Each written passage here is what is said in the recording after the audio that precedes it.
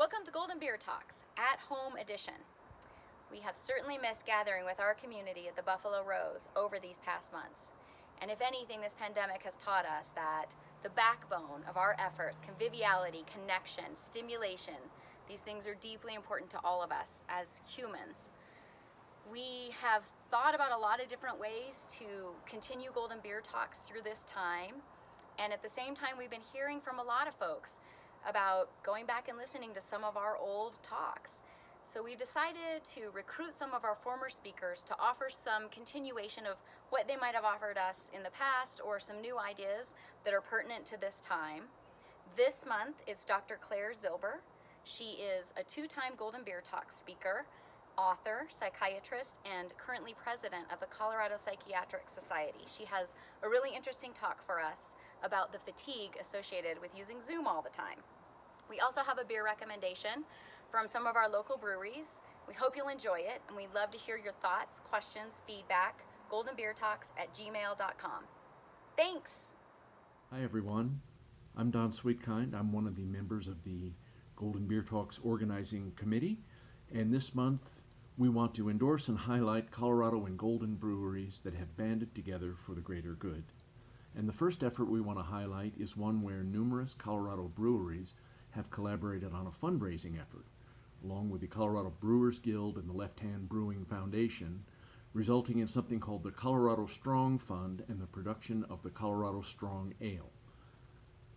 It's a collaborative benefit beer which uses all Colorado ingredients, which were provided to brewers free of charge, as well as providing support for labeling and cans. So all participating breweries were provided with the same recipe, but they've been allowed to tweak that recipe and put their own unique touch on the beer. Participating breweries were then asked to donate 20% of sales to the Colorado Strong Fund, with proceeds aimed at raising money for the Colorado Brewers Guild, and in addition to healthcare, hospitality, service industry, and gig economy workers across Colorado.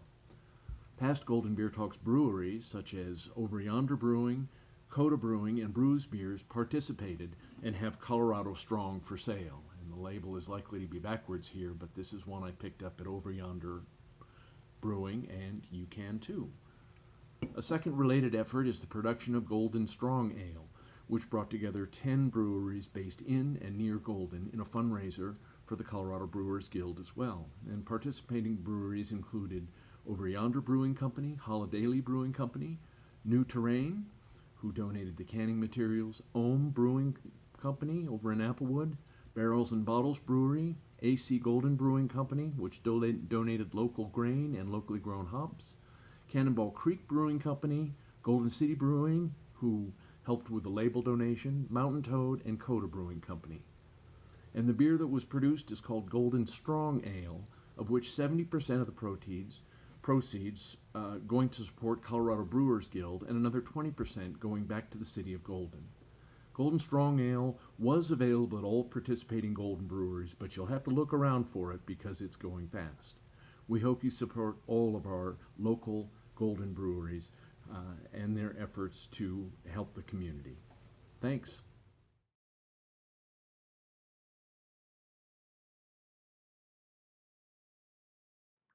We would be having a very different pandemic experience if not for video conference technology. 300 million people attended meetings through Zoom in April of this year, compared to 10 million people in late 2019. 300 million compared to 10 million. Businesses have adopted video conferencing en masse as a result of the pandemic for meetings, education, even some healthcare appointments.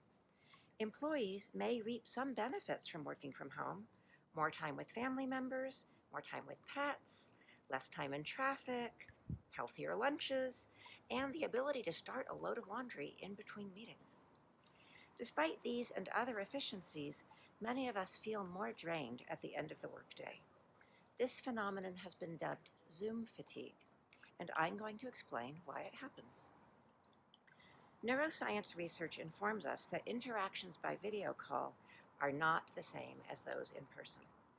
Our brains evolved to see the entire human form in three-dimensional space, not a two-dimensional disembodied head and shoulders Normal human communication requires a complex synchrony between each person's spoken words, gestures, and body movements. The synchrony among those three elements for me and between me and the person I'm speaking with. Synchrony may be somewhat achievable over video, but the lag in transmission between visual and audio, as well as reduced nonverbal cues, make it more difficult. We are left over-focusing on words, which is especially exhausting if the audio quality is fuzzy. Multi-person video meetings magnify this phenomenon.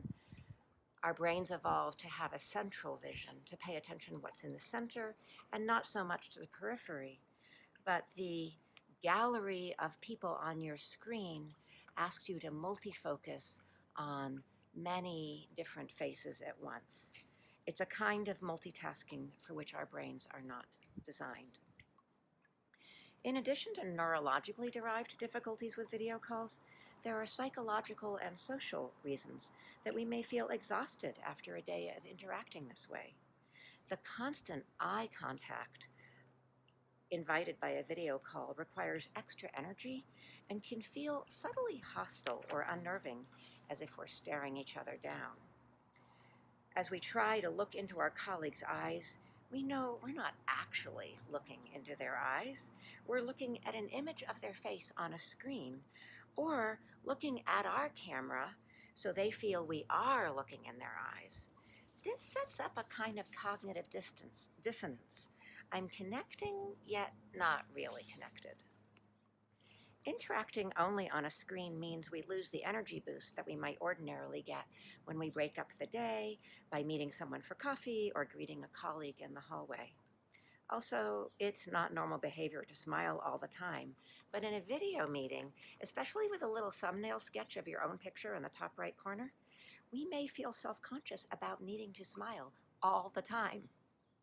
Finally, for those of you who are trying to work from home while also parenting, I extend my sincere sympathy. Your exhaustion is no mystery, and it deserves an entire other talk.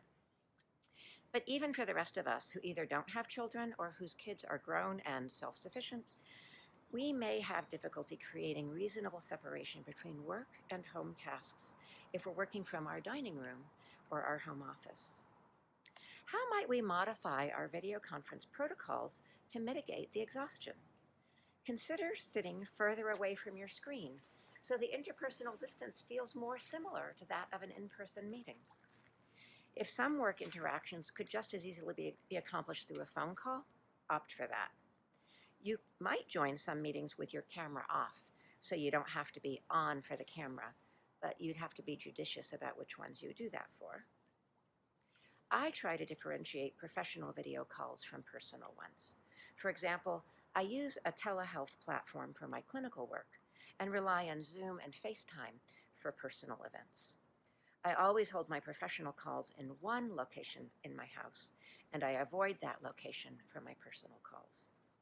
I flat out reject the concept of a Zoom shirt.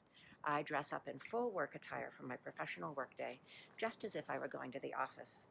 And then I change into casual clothes when my workday is over.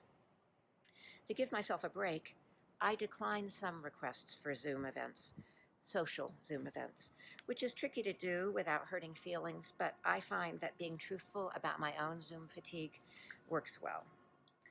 I also try to rest my brain from excessive screen time by getting up and walking into my backyard for a minute or two between calls, or lying in my hammock for 5 minutes if I have a longer break. I miss Golden Beer Talks, and I approve of their choice to not add to our video screen time by trying to replicate their service online. It can't be done. I look forward to the day when they can safely revive the conviviality of their unique and delightful events. Until then, stay healthy.